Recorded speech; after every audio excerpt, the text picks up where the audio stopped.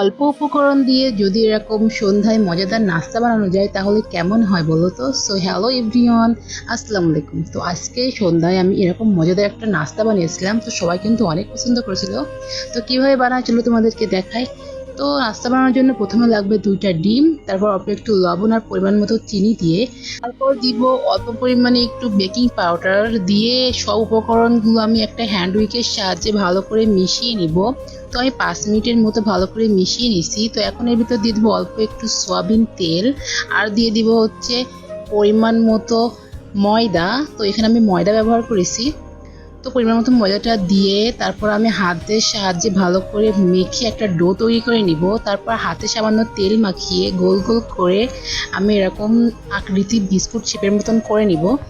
চলো এবার নাস্তাগুলো তেলে ভেজে ফেলা যাক। তো একে একে আমি তেলের ভিতর নাস্তাগুলো দিয়ে দিচ্ছি, আর হালকা আঁচে নাস্তাগুলো ভাজতে হবে, তাহলে ভালো হবে।